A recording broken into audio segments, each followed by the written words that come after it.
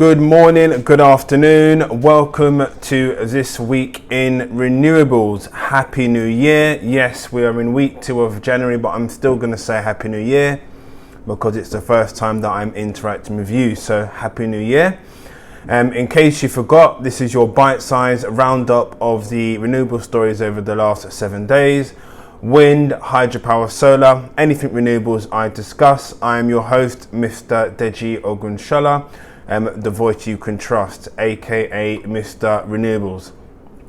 Please don't forget to do all the good stuff, like, comment and sharing. It really does help with the visibility of this both audio and video podcast. Getting straight into it, some general news since I'm here in the UK. I thought we'd start with some UK news, and the UK saw a record-breaking year for renewable energy last year in 2022. This was across wind, solar, biomass and hydropower, which generated 40% of the country's electricity last year. This was according to research from Imperial College London, which found that wind, solar and biomass and hydropower accounted for 40% of the country's electricity. So really good news. Hopefully that percentage will increase over the next 12 months, although I must say, if Richie Sunick is anything to go by, it won't, because another article to share was there was much discontent with regards to his recent travel from London to Leeds, which I believe to be approximately 193 miles and a 3-hour train journey, which he chose to use a private jet. Now, of course, some of you may argue he's a prime minister, he's got a busy schedule. However, I personally feel that our leaders should be leading by example. Do what I do, not what I say. Lead by example. Actions speak louder than words. So Mr. Richie Sunick, you've been a very naughty boy, and please try and use our wonderful rail service whenever you can. That's when they're not striking. Anyway, moving to some solar energy news, and EDF Renewables and Lemonux Energy have unveiled plans and a public consultation with regards to a solar farm with battery storage in the UK East Midlands region with a potential output of 800 megawatts.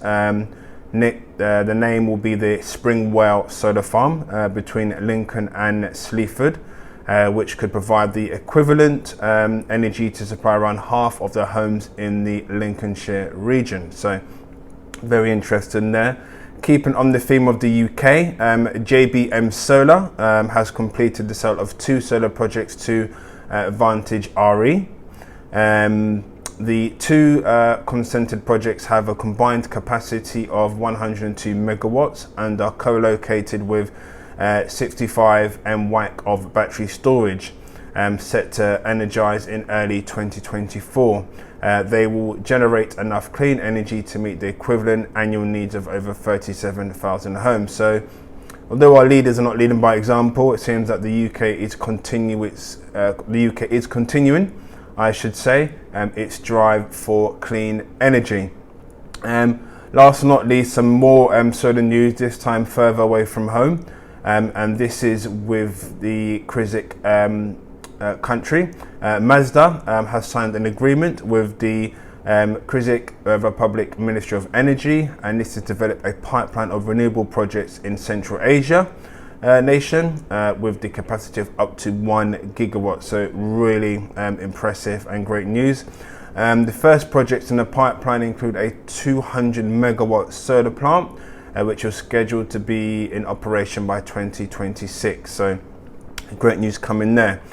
Moving swiftly from some solar news to some wind energy news, and RWE have commissioned its second wind farm in the German region of Lower Saxony, the Evendorf wind farm, which comprises of 3.9 megawatt turbines at a total height of 200 meters and is located 50 kilometers south of Hamburg. In Germany, specifically, RWE is building 3 further wind farms with a capacity of more than 60 megawatts, worth an investment of 60 million euros. So great news there coming by way of Germany. It must be said that the RWE, the developer, also has plans to expand its team in Germany and is seeking new sites for wind and solar projects. So Germany very much leading the way across Europe, no surprise there.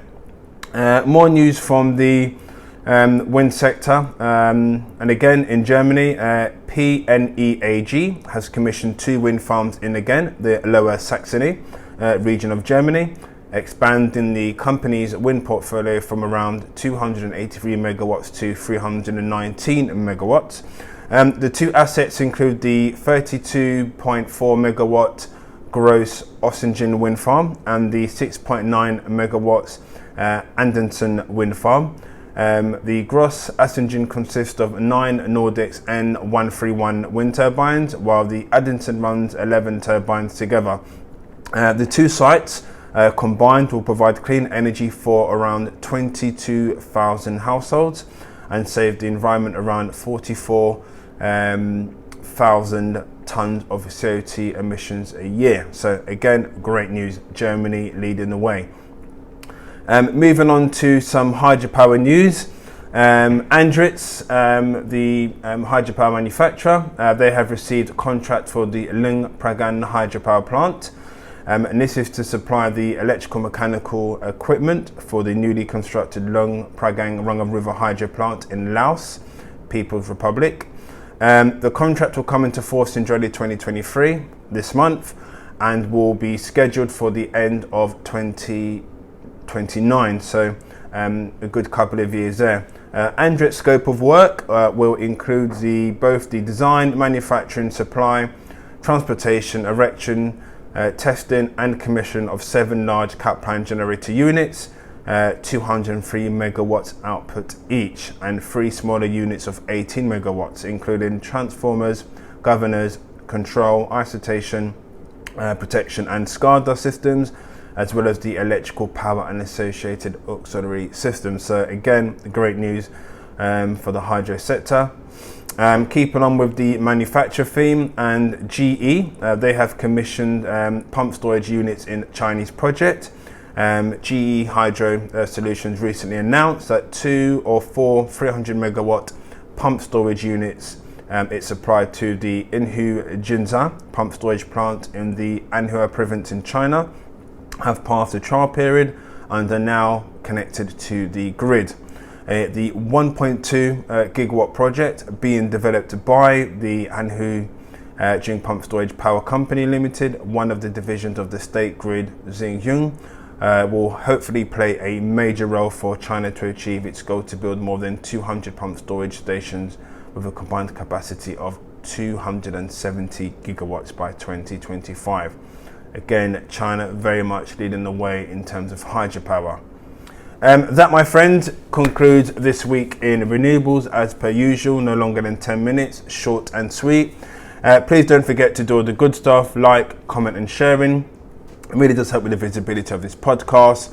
I know over the last couple of weeks I've been a bit slack, but new year, new me, as they say. This will be coming out every week without fail by Wednesday in the week. You can find me on LinkedIn, YouTube and all other streaming platforms. Keep it green, keep it clean. I should say that again. Keep it green, keep it clean. That I've been your host, and this has been This Week in Renewables. Take care, goodbye, God bless.